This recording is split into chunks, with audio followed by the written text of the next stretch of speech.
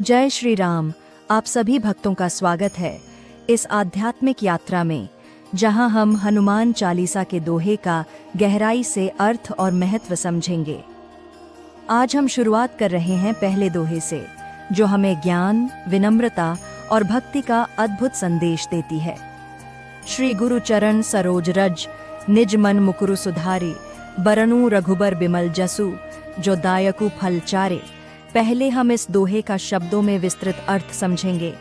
श्री गुरु का मतलब आदरणीय गुरु, चरण सरोज रज का मतलब गुरु के चरणों की धूल, निज मन मुकुरु सुधारे का मतलब अपने मन रूपी दर्पण को शुद्ध करना, बरनू का मतलब वर्णन करता हूँ, रघुबर बिमल जसु का मतलब श्री राम के पवित्र यश का गुणगान, जो दायकु फल चारि का मतलब जो चार फलों यानी कि धर्म, अर्थ, काम, मोक्ष को देने वाला है। अब हम इस दोहे का अर्थ और विस्तृत व्याख्या समझेंगे। गुरु का महत्व। इस दोहे में तुलसीदास जी अपने काव्य की शुरुआत गुरु वंदना से करते हैं।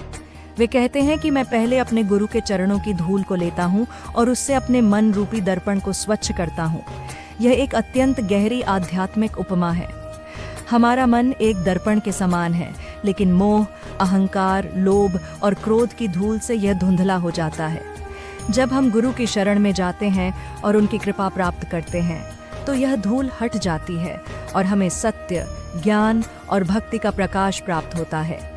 सनातन धर्म में गुरु को सर्वोपरि माना गया है।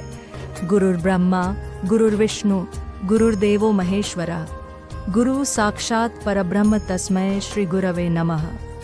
इस श्लोक में कहा गया है कि गुरु ब्रह्मा, विष्णु और महेश के समान पूजनीय हैं, क्योंकि वे हमें अज्ञानता से ज्ञान की ओर ले जाते हैं। तुलसीदास जी कहते हैं कि जब तक मन शुद्ध नहीं होगा, तब तक भगवान की महिमा को ग्रहण नहीं किया जा सकता। जैसे एक गंदे दर्पण में हमें अपना चेहरा साफ नहीं दिखता, वैसे ही अशुद्ध मन में ईश्वर के यश और गुण समा नहीं सकते। इसलिए भक्त को चाहिए कि वह सबसे पहले अपने गुरु की शरण में जाए, उनकी सेवा करे और उनके आशीर्वाद से अपने मन को शुद्ध करे। चौपाई के दूसरे भाग में तुलसीदास जी कहते हैं कि अब मैं श्री राम के निर्मल और पवित्र यश का वर्णन करता हूँ। रघुबर बिमल जसु का मतलब श्री राम का यश अति पवित्र है। जो दायकु फल चारि का मतलब ये चार प्रकार के फलों को प्रदान करता है। एक, धर्म का मतलब सत्य और न्याय का पालन। नंबर 2, अर्थ का मतलब जीवन के लिए आवश्यक संसाधन। नंबर 3, काम का मतलब इच्छाओं की पूर्ति। नंबर 4, मोक्ष का मतलब जन्म मरण के चक्र से मुक्ति।